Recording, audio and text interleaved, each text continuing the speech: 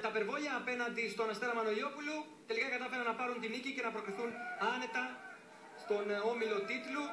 Στο τρίτο λεπτό σημειώθηκε η πρώτη φάση με τον Βασιλείου, ένα γκολ που ακυρώθηκε ως offside. Το πλάνο δεν είναι το προκειμένου να έχουμε άποψη για το αν ήταν ορθή απόφαση που πάρθηκε. Στο 12ο λεπτό τα περβόλια με αυτό το ωραίο γκολ από τον Στρατουδάκη, σίγουρα και ευθύνη και ο Βακάκης, ο οποίος δεν έπεσε προκειμένου να αποτρέψει αυτό το τέρμα. Με αυτόν τον τρόπο τέλος πάντων τα περβόλια απέκτησαν το προβάδισμα στο παιχνίδι σε βάρος του Αστέρα Μανολιόπουλου, εδώ και πάλι τον γκολ από τον Στρατουδάκη. Στο 12. Επόμενη φάση το 24, ωραία προσπάθεια του Στρατουδάκη, ο οποίος μπαίνει μες στην περιοχή, το Αστέρα σουτάρει όμως την αγκαλιά του Βακάκη. Περνάμε στο 33, ο Αστέρας είχε κάποια καλά διαστήματα στο παιχνίδι για να σκοράρει. Ωραία φάση με τον Αργύρη, ο οποίος όμως δεν μπόρεσε να νικήσει τον Ορφανουδάκη, στη συνέχεια κλείστηκε από την άμυνα των περιβολίων.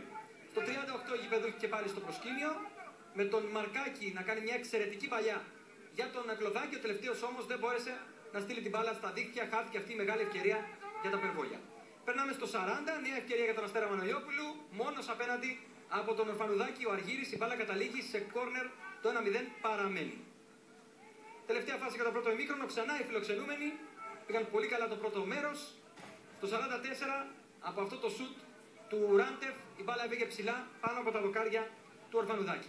Περνάμε στο 70, ο Μαμινάκης είναι αυτός που σκοράρει για τον Αστέρα, ισοφαρίζοντας σε 1-1.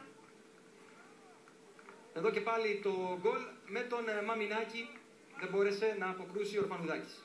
Τα περβόλια ανησύχησαν στη συνέχεια, χάνοντας το 80 μια καλή ευκαιρία με την κεφαλιά του Κλωδάκη, η μπάλα πέρασε out, αλλά λίγο αργότερα, λίγο πριν το τέλος του μάτς, στο 88, από την ωραία παλιά του Στρατουδάκη, ο Βασιλείου ήταν αυτός που θα δώσει την νίκη στον ναό περιβολίων. Χρειάστηκε βέβαια 2 φορές να σουτάρει προς τον Βακάκη.